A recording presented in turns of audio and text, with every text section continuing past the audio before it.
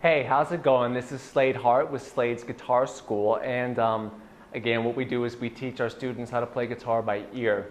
Now, today I want to talk a little bit about something I get asked quite a lot, and of course this is always asked by beginners, and the question is, which chord should I learn first? Well, it's a difficult question. You could probably choose any chord and you would be okay as long as you remember this very important point. The most important thing about chords, to understand about chords, whether they're major, minor, diminished, augmented, seventh, ninth, whatever, there are a million different kinds of chords. The most important thing to learn and understand about a chord is what makes the chord what it is.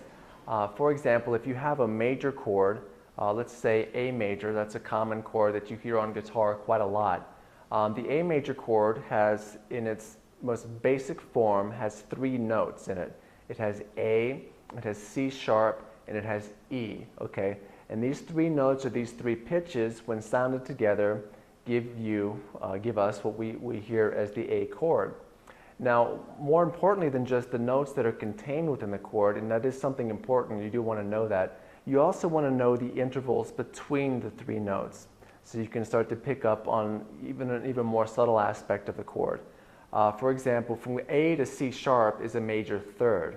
So you want to be able to understand what a major third sounds like, what a major third is, and the kind of role that it plays in the scale and in scalar and chordal theory. From C sharp to E, you have what's called a minor third, all right? And it's important to know what a minor third sounds like so that you can recognize it just like you can recognize a major third.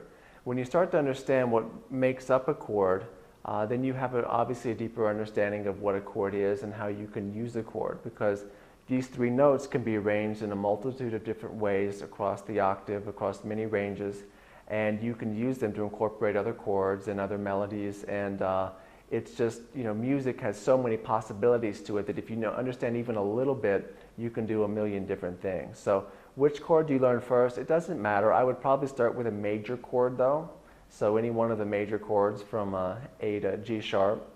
And again, I would really seek to understand which notes are in those chords and the distance between the notes. So again, if we have the A major chord, we have an A, we have a C sharp, and we have an E. And from A to C sharp is a major third, and from C sharp to E is a minor third. So we should know what a major third sounds like, we should know what a minor third sounds like. You also have this A to E relationship, and that's a perfect fifth. And I think we should know what a perfect fifth sounds like, and a perfect fourth, and really all of the intervals, to be quite frank. So if you understand the intervals, what they sound like, and you can recognize them, then you know the building blocks to actually make a chord. And that's a lot more useful than just memorizing a pattern, which is the way that most people learn how to play chords anyway. They're just shown where to put their hand on the guitar, they strum the guitar, and that's an A chord, or that's a G chord, or that's a D chord, or that's an F chord. But when you start to understand what makes an F chord an F chord, or an F major chord an F major chord, for example, and you can hear the intervals that are in the chord that make the chord sound like it does, then you're really getting into the nuts and bolts of music, and you're going to make a lot of improvements and know a lot more and understand a lot more about the music that you're listening to and the music that you create. So learn any chord you like. I would recommend a basic major or basic minor chord in root position, which again means that if it's an A major chord, the lowest note is an A. That's what root position means.